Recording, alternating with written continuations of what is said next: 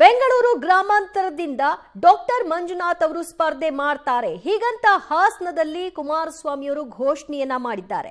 ಅವರ ಸ್ಪರ್ಧೆ ಕುರಿತಾಗಿ ಈಗಾಗಲೇ ಚರ್ಚೆಯಾಗಿದೆ, ಅವರು ಕೂಡ ಒಪ್ಪಿಕೊಂಡಿದ್ದಾರೆ ಅಂತ ಹಾಸನದಲ್ಲಿ ಮಾತನಾಡೋ ಮೂಲಕ ಡಿಕೆ ಬ್ರದರ್ಸ್ಗೆ ಕೌಂಟರ್ ಕೂಡ ಕೊಟ್ಟಿದ್ದಾರೆ.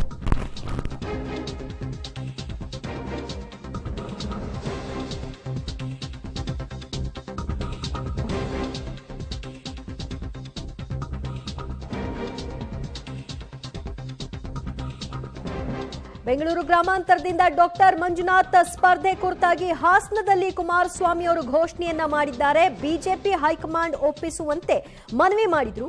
ಕನಕಪುರದಿಂದ ಬಂದು ಇಲ್ಲಿ ಜೆಡಿಎಸ್ ಸೋಲಿಸ್ತೀನಿ ಅಂತಾರೆ. ಡಿಸಿಎಂ ಹಾಸನದಲ್ಲಿ ಕೂಗಿದ್ರೆ ಹೊಳೆ ನರಸೀಪುರಕ್ಕೆ ಕೇಳಬೇಕು ಅಂತಾರೆ, ಇಲ್ಲಿ ಕೂಗಿದ್ರೆ ಕನಕಪುರಕ್ಕೆ ಕೇಳಬೇಕು ಅಂತ ಎಚ್.ಡಿ. ಕುಮಾರಸ್ವಾಮಿ ಅವರು ಕೌಂಟರ್ ಕೊಟ್ಟಿದ್ದಾರೆ. ಇವತ್ತು ವಿದೇಶದಲ್ಲೂ ಹೆಸರು ಮಾಡಿದಂತ ಈ ಜಿಲ್ಲೆಯ ಒಬ್ಬ ಮಣ್ಣಿನ ಮಗ ಡಾಕ್ಟರ್ ಮಂಜುನಾಥ್, ಕರ್ನಾಟಕದ ತೋಳನೆಲೆಯ ರೈತ ಕುಟುಂಬದಲ್ಲಿ ಜನಿಸಿದಂಥ ಮಂಜುನಾಥ್ ನಾವು ಅಭ್ಯರ್ಥಿ ಮಾಡಬೇಕು ಅಂತ ತೀರ್ಮಾನ ಮಾಡಿರಲಿಲ್ಲ. ಮಂಜುನಾಥ್ ಚುನಾವಣೆ ಬರಬೇಕು ಅಂತ ತೀರ್ಮಾನ ಮಾಡಿರಲಿಲ್ಲ. ಮಾಧ್ಯಮದ ಸ್ನೇಹಿತರು ಕೂತಿದ್ದೀರಿ, 17 ವರ್ಷ ಅವರ ಸೇವೆ ನೋಡಿ ಆ ವೈದ್ಯಕೀಯ ವೃತ್ತಿಯಲ್ಲಿ ಮಾಧ್ಯಮಗಳಲ್ಲೇ ಶುರುವಾಯಿತು. ಮಂಜುನಾಥ್ ಅವರು ರಾಜಕೀಯಕ್ಕೆ ಬರಬೇಕು, ಅಂಥವ್ರೊಬ್ಬರು ಬರಬೇಕು ಅಂತೇಳಿ ಮಾಧ್ಯಮಗಳು ಬಹುಶಃ ನಮಗೆ ಇಷ್ಟೊಂದು ಪ್ರಚಾರ ಎಂದು ಕೊಟ್ಟಿರಲಿಲ್ಲ. ನಿಮ್ಮೆಲ್ಲರಿಗೂ ಧನ್ಯವಾದಗಳು ಹೇಳಬೇಕಾದ್ರೆ ನಾನು ಮಾಧ್ಯಮಿಸ್ತಾ ಇದ್ದೀರಿ. ಅಟ್ಲೀಸ್ಟ್ ಅವರು ಡಾಕ್ಟರ್ ಮಂಜುನಾಥ್ಗೆ 17 ವರ್ಷದ ಅವ್ರ ಸೇವೆ ಗಮನಿಸಿ, ಅವರ ಬಗ್ಗೆ ನೀವೇನು ಕೊಟ್ಟಂತ ಒಂದು ಬೆಂಬಲ ಇದೆಯಲ್ಲ, ನಿಮಗೆ ನಾನು ನಮಸ್ಕಾರ ಮಾಡ್ತೀನಿ. ಮಾಧ್ಯಮಿಸ್ತಾ ಇದ್ದೀರಿ, ನಾವು ಮಂಜುನಾಥ್ ಅವ್ರನ್ನ ರಾಜಕೀಯಕ್ಕೆ ತರಬೇಕು ಅಂತ ಹೇಳಿ ಕನಸು ಮನಸ್ಸಲ್ಲೂ ತೀರ್ಮಾನ ಮಾಡಿರಲಿಲ್ಲ.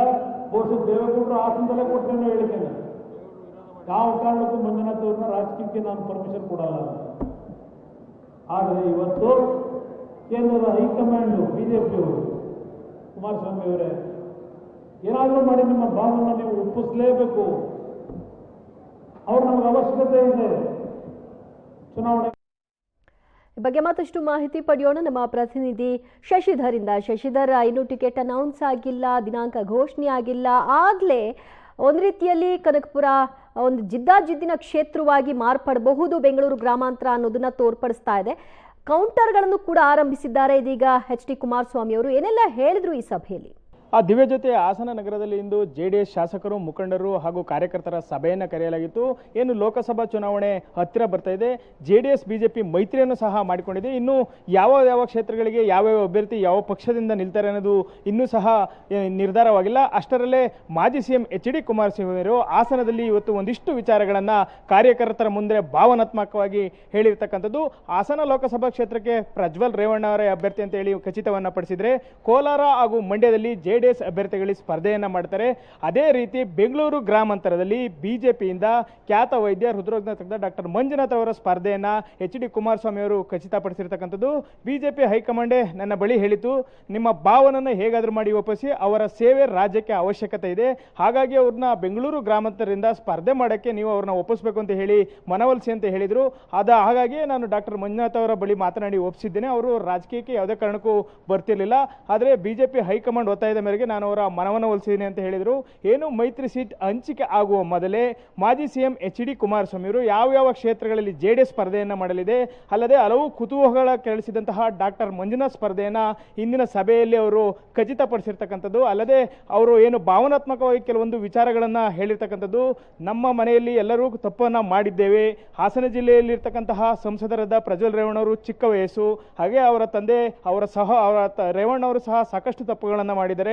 ಹಾಗಾಗಿ ಪ್ರಜ್ವಲ್ ರೇವಣ್ಣ ಅವ್ರನ್ನ ರೇವಣ್ಣ ಮಗ ಅಲ್ಲ, ನನ್ನ ಸ್ವಂತ ಮಗ ಅಂತ ಹೇಳಿ ಭಾವಿಸಿಕೊಂಡು ಈ ಚುನಾವಣೆಯಲ್ಲಿ ಪ್ರಜ್ವಲ್ ರೇವಣ್ಣ ಅಲ್ಲ ಕುಮಾರಸ್ವಾಮಿ ಸ್ಪರ್ಧೆ ಮಾಡಿದರೆ ಅಂತ ಹೇಳಿ ಈ ಬಾರಿ ನಮ್ಮನ್ನ ನೀವು ಗೆಲ್ಲಿಸ್ಕೊಡ್ಬೇಕು. ಕೆಲವರು ಹುನ್ನಾರವನ್ನ ಮಾಡ್ತಿರ್ತಾರೆ, ಕನಕಪುರದಿಂದ ಬಂದು ಹಾಸನದಲ್ಲಿ ಜೆಡಿಎಸ್ ಪಕ್ಷವನ್ನ ಮುಗಿಸ್ತೀನಿ ಅಂತ ಹೇಳ್ತಾರೆ.